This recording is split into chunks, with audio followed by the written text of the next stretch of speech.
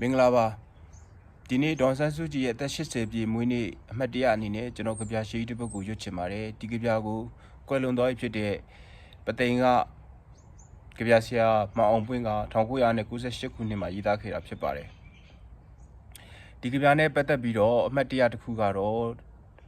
ဒေါ်ဆန်းစုကြည်အသက်60ပြည့်မွေးနေ့တုန်းကလည်းဒီကြပြကိုကျွန်တော်ရွတ်ဖူးပါတယ်ဒီနေ့မနက်မှာပဲတတိုက်ဆိုင်ဆရာမအောင်ပွင့်ရဲ့ရဲဘော်ကြီးဖြစ်တဲ့ဆရာဥခင်လွန်းစာရေးဆရာကြပြဆရာအက်ဒီတာဥခင်လွန်းကနေပြီးတော့မှကျွန်တော်စီကို message ပို့လာပါတယ်ဒီကြပြလေးကိုရွတ်ပေးရင်ကောင်းမယ်လို့ပြောပါတယ်အဲ့တော့ကျွန်တော်ဒီကြပြကိုရွတ်ဖို့ဖြစ်လာပါတယ်အဲ့တော့ဒီကြပြရဲ့နောက်ခံလေးနဲ့ပြောရမယ်ဆိုလို့ရှိရင်1998ခုနှစ်မှာဒေါ်ဆန်းစုကြည်နဲ့ပါတီ NLD ပါတီရဲ့ဖွဲ့ဝင်တွေပေါ့သူတို့ပသိမ်ကိုသွားတဲ့ခရီးစဉ်မှာအညာစုဆိုတဲ့ရက်မှာတားဆီးခံခဲ့ရပါတယ်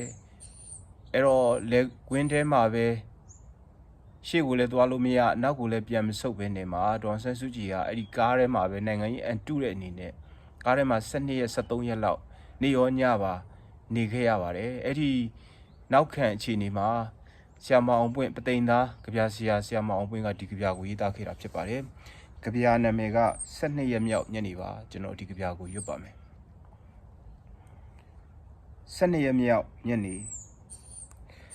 အကောင်းဆုံးအစိုးရဟာအမေလိုပဲရှိလို့ရှိမှန်းတော့မသိရဘူးတဲ့အမေနိုင်ငံတော်တည့်ရဲ့ကောင်းကင်ပေါ်အပျော်ဥတင်မော်ဖူးချင်လာပါပြီအမေရဲ့ထူးခြားမြင့်မြတ်တဲ့သူမတူစွမ်းဆောင်မှုများအတွက်နိုင်ငံတကာကအမေနဲ့ထိုက်တန်တဲ့လူမှုတန်ဖိုးဆုလက်များအမေကိုပုံအောပေးအပ်ခဲ့ကြတယ်အမေကမြန်မာပြည်သူတွေကြောက်တာ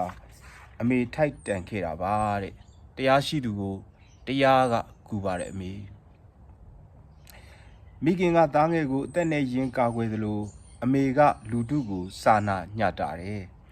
ဒါကြောင့်ပဲအခုအညာစုမှာအတားစီအချုပ်နှောင်ဒုတိယံပြီးအမေဘေးဒဏ်ထိနေရပြန်တယ်တခါကခရမ်းချီသည်3တစ်တာနဲ့လူတော့မဟုတ်တာမလုပ်ဖြစ်အောင်အမေတားစီနိုင်ခဲ့တယ်အမေကနတ်ဆိုးကိုနတ်ကောင်းဖြစ်စေသူပဲအမေရဲ့တိုင်းသူပြည်သားအကျိုးတည်ဖို့တဲ့မေတ္တာစေတနာတွေဟာအမေထွက်သက်ဝင်သက်ပဲဖြစ်တယ်အမေအိပ်ပျော်နေတော့အခိုက်မှာလည်းပဲမေတ္တာစေတနာတွေရှင်သန်နေမြဲပဲလွင်ဒီခေါင်ကြီးနေပူထီထီတန်တယ်တွေကြီးကျင်းကျင်းထဲမှာဒီလိုမျိုးညှင်းဆဲတဲ့ဒဏ်ဘယ်သူဘယ်တော့ကဘလောက်ကြာခံစားမှုပါတယ်လေကွင်းထီထီမှာ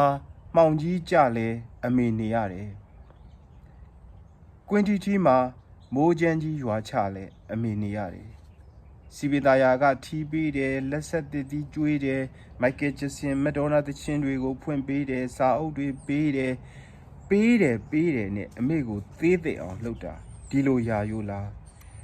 လူလူနဲ့မတွေ့အောင်လေကွင်းထဲမှာထားတယ်အေယာဝတီမြစ်စည်းကိုတားဆီးနေကြတယ်အမေဟာပင်မရေစီးမြစ်ကြီးတစ်စင်းပဲအမေကအောင်ပွဲနီးတဲ့ထက်နီးအောင်ခရီးထွက်ခဲ့တာဖြစ်တယ်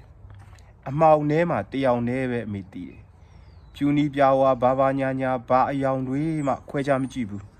ကားထဲမှာနေရင်အမေသိတယ်မိုးသိတယ်မြေသိတယ်ကောက်ပင်သိတယ်ညဖားတလက်တန်ပရစ်တန်နှောအမေကတိုင်းပြည်ကိုပူပူချစ်ပြန်ရောအပြစ်မဲ့တဲ့လူတွေမြုပ်နှံရာနိုင်ငံတော်မြေသားလွင်ဒီကောင်ကွင်းပြင်မှာနာရီမိနစ်စက္ကန့်မတက်မနာအမေစင်ချင်းခံစားသမျှတန့်စင်မြင့်မြတ်တဲ့ရွှေပြည်တော်ကြီးမျှော်တိုင်းနေရမယ်ညီညွတ်ရေးကြိုးပမ်းမှုသာလျှင်အမုန်းရဲ့အဆုံးအချစ်ရဲ့အစငြိမ်းချမ်းရေးရဲ့မဟုတ်ဘူးအမေစူးစူးနှစ်ယုံကြည်တယ်ဒါဟာတော့လို့ရင်ဘယ်သူမှမရှုံးဘူးဘယ်သူမှမနိုင်ဘူးလူလူကောင်းကျိုးအထူးထူးသာကျေးဇူးပြုရာရောက်မယ်အမေပြောတယ်အချိန်အခါပြောတယ်အမေတရားဒီစကားကိုနာဝချိုမြကြားနိုင်ကြပါစေအမေရဲ့လူသွန်တဲ့ပွဲ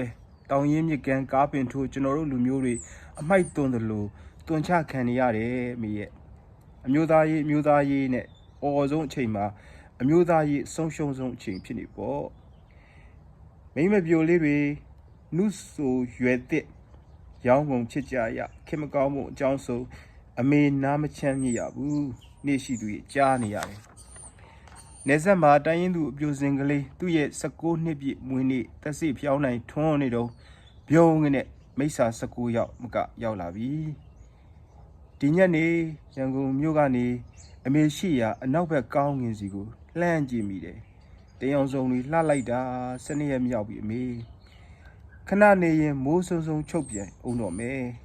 လုံနိုင်သမျှအမြဲလုံနေကြအတိုင်းအမေလုံနေအောင်မှမြင်အောင်တယ်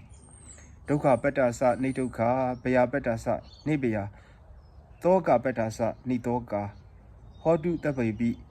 ပါဏိနောတိုင်းသူပြည်သားကဘာသူဘွာသားတို့ဒုက္ခဝေးကြဖို့ဘေးကင်းကြဖို့စိုးရင်ကြောက်လန့်ကင်းကြဖို့အမေဆုတောင်းမေတ္တာပို့နေရောမယ်ဒီကြပြကိုဆရာမအောင်ပင့်ကအဝေးလူဆိုတဲ့ကလောင်ဝက်နဲ့